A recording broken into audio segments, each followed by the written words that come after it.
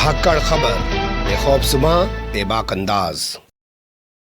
धाकड़ खबर के news room से मैं आपके साथ हूं। अकरम रईस खान कानपुर के प्रॉपर्टी डीलर की गोरखपुर में हत्या कर दी गई थी। नाम याद होगा ना, मनीष गुप्ता। उस मामले में 2 पुलिस वालों को, एक इंस्पेक्टर को, एक दरोगा को एसआईटी ने गिरफ्तार कर लिया। इस खबर को भोपू मीडिया और उसके दलाल चाटुकार दंगाई पत्रकार बड़े कूद कूद के चला रहे हैं। कह रहे हैं कि मनीष गुप्ता हत्याकांड के अंदर 2 की गिरफ्तारी कर ली गई है, बाकी 4 की तलाश में एसआईटी लगी हुई है।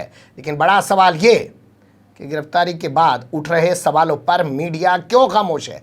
तो यहां एक सवाल ये जहन में आपके आना चाहिए कि कौन से हैं वो सवाल जिन पर मीडिया बात नहीं कर रहा है। तो उन सवालों को आपके सामने बाद में रखेंगे। पहले चलते हैं कि कैसे कैसे कहां से गिरफ्तारी की गई है और कोई अधिकारी के इस मामले में बयान दे रहा है या बाइट देने से भी कतरा रहा है। देखिए, सबसे पहले मुझे लगता है आपको घटना का जिक्र कर देना चाहिए। कानपुर जिला है उत्तर प्रदेश का, बर्रा यहाँ का एक इलाका। वहाँ के रहने वाले एक प्रॉपर्टी डीलर है मनीष गुप्ता, अपने 2 साथियों के साथ, जिसमें से एक गुड़गांव का रहने वाला, एक हरियाणा के मेवात का रहने वाला, उनके साथ वो गोरखपुर के रामगढ़ ताल थाना क्षेत्र के कृष्णा होटल में जाके ठहरे थे। 27 सितंबर की रात की बात बताई जा रही है। पुलिस वाले यहाँ पे आ गए, उनसे पूछताछ की, आई कार्ड दिखाने के लिए कहा और फिर उसके बाद उनकी मौत हो गई। मौत को हत्या बताया गया और एक हंगामा मचाया गया। उसके बाद पुलिस वालों ने इसको हादसा करार दिया था। बाद में एसआईटी गठित की गई। अब एसआईटी ने 2 पुलिस वालों को, जिसमें से एक थानेदार है रामगढ़ ताल थाने का, जिसका नाम जगत नारायण सिंह बताया जा रहा है, जिसके ऊपर पहले से भी कई सारे मुकदमे हैं, एनकाउंटर के, इसके उसके, दुनिया भर का वो एक्सपर्ट बना फिर रहा था, सिंघम के नाम से घूमता था। खबर यहाँ तक भी आ रही है कि इसके थानेदार रहते हुए यहाँ पे 2-3 लोगों की पुलिस कस्टडी में मौत भी हो चुकी है। वो तमाम मामले भी खुल पाएंगे कि नहीं खुल पाएंगे कुछ कहा नहीं जा रहा, लेकिन इसको गिरफ्तार कर लिया गया है। इसके अलावा एक दरोगा अक्षय मिश्रा को गिरफ्तार कर लिया गया। कल ही मैंने आपको बताया था कि अक्षय मिश्रा मिल नहीं रहा था, तो उसके बेटे विक्की मिश्रा को उठा के पुलिस वाले बाराबंकी से उठा के ले आए, तो डर के मारे वो भी हाजिर हो गया। इन दोनों को गिरफ्तार कर लिया। रात में ही इनको मजिस्ट्रेट के सामने, रात को मजिस्ट्रेट के सामने क्यों पेश करते हो भैया, मीडिया के सामने पेश करते, इनको क्या दिक्कत थी, जाने देते।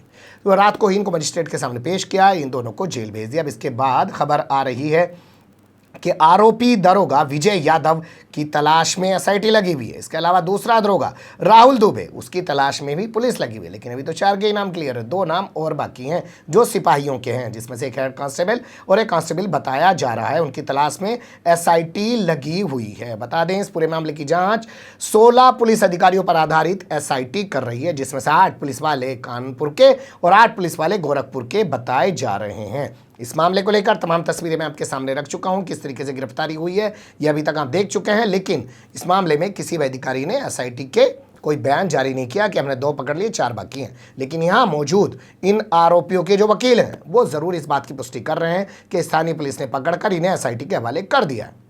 मेरा नाम पीके दुबे एडवोकेट है, मैं क्रिमिनल की प्रैक्टिस करता हूँ गोरखपुर में। अभी जो 2 आरोपी तथाकथित पकड़े गए हैं वो इंस्पेक्टर जेएन सिंह और अक्षय मिश्रा जी, उनको यहाँ से लोकल पुलिस पकड़ी है और एसआईटी को सौंपी है। एसआईटी अभी रिमांड के लिए मजिस्ट्रेट के पास ले गए हुए हैं।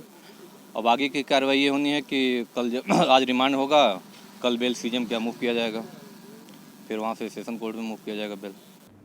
सुन लिया आपने। अब इसके बाद जब हमने सर्च किया तो हमने ढूंढा कि मीनाक्षी गुप्ता इसमें क्या कह रही हैं। मीनाक्षी गुप्ता यानी कि मनीष गुप्ता की पत्नी, तो वो इस मामले में पुलिस की तारीफ कर रही हैं। कह रही हैं कि 2 लोग गिरफ्तार कर लिए गए हैं, बाकी फरार हैं, उनको भी जल्द गिरफ्तार किया जाए, ये ऐसी उम्मीद करती हैं। और इनका कहना है कि इन लोगों को फांसी की सज़ा दिलवाई जाए और इंसाफ के लिए ये अपनी लड़ाई को जारी रखेंगी, यानी कि पुलिस की वर्किंग से संतुष्ट नजर आ रही हैं। तो ये है कुल मिला के खबर। अब चलते हैं उन सवालों की तरफ जो इस गिरफ्तारी के बाद सीधे तौर पर खड़े होकर सामने आ गए।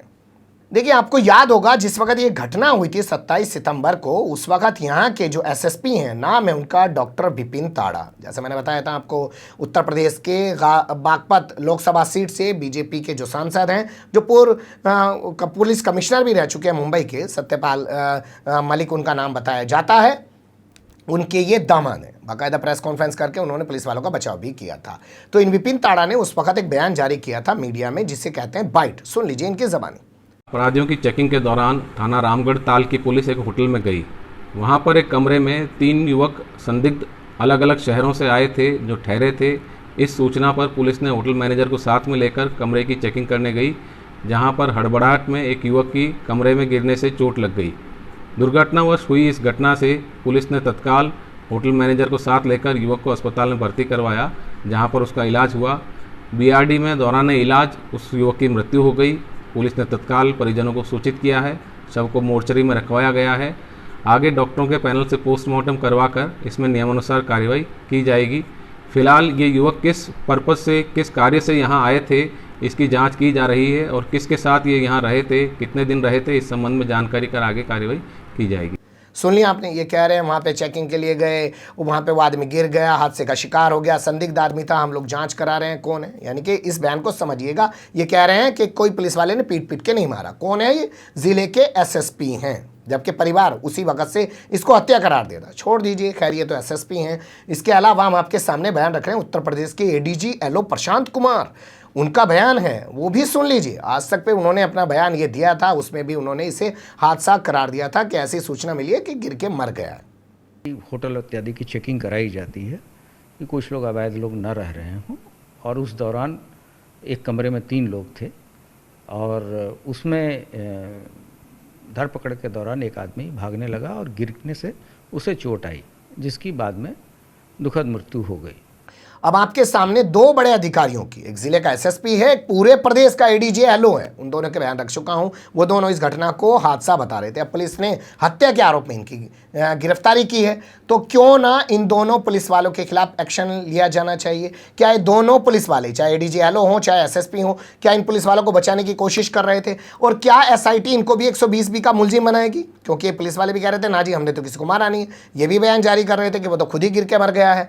तो अब उनकी हत्या के मामले में गिरफ्तारी हुई है, तो सवाल इनकी भूमिका पर भी खड़े हो रहे हैं। अहम बात यह है कि अभी तक ये सीट पे क्यों बने हुए हैं। कम से कम इनका सस्पेंशन तो होना चाहिए, लेकिन सस्पेंशन सिर्फ यहां इन दोनों अधिकारियों का नहीं होना चाहिए, यहां के डीएम का भी होना चाहिए। क्योंकि यहां के डीएम का एक वीडियो वायरल हुआ था जिसमें वो कह रहे थे मैं कप्तान साहब के साथ हूं, यहां पे मौजूद कप्तान साहब मेरे साथ बैठे हैं और हम आपको समझा रहे हैं इसमें कुछ नहीं होगा, एफआईआर दर्ज मत कराइए, कोर्ट कचहरी में मामला उलझ के रह जाएगा। सुन लीजिए वो भी।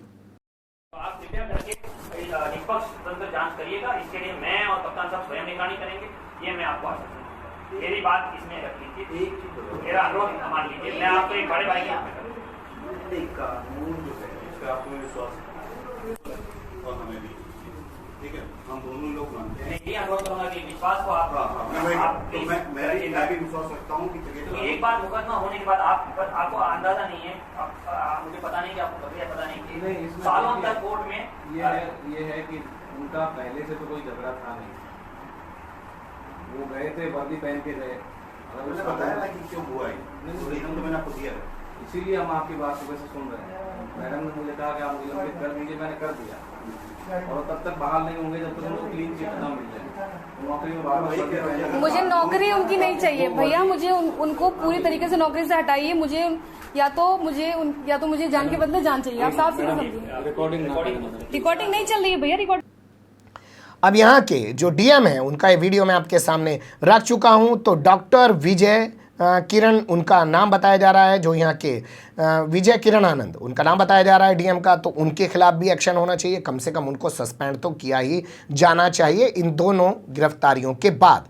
क्योंकि या तो एसआईटी ने अब गलत किया है, ये अधिकारी पहले सही बोल रहे थे, या एसआईटी ने अब सही किया है और वो अधिकारी गलत बोल रहे थे। तो अगर दोनों चीज़ों में से जो भी है उसमें एक्शन तो इन अधिकारियों पे बनता ही है। क्या एसआईटी इनको भी मुलजिम बनाएगी और क्या सरकार अब भी इन पर कोई कार्रवाई नहीं करेगी? ये बड़ा सवाल खड़ा हो रहा है। एक सवाल ये भी खड़ा हो रहा है कि मीनाक्षी गुप्ता आखिर अपने पति की गिरफ्तारी के बाद डीएम, एसएसपी और एडीजी एलओ के बयान के आधार पर उनके खिलाफ कार्रवाई की मांग क्यों नहीं कर रही हैं? ये खबर थी, मुझे लगा कि आपको रूबरू कराया जाए। कमेंट्स के रूप में आप लोग अपनी राय दे सकते हैं, खबर को लाइक कर सकते हैं, चैनल को सब्सक्राइब कर सकते हैं और ज़्यादा से ज़्यादा हमारी खबरों को शेयर कर सकते हैं। फिर ऐसे ही किसी सुलगते हुए या उलझते मुद्दे लेकर मैं आपके सामने हूँगा हाजिर। फिलहाल अभी मुझे दें इजाज़त।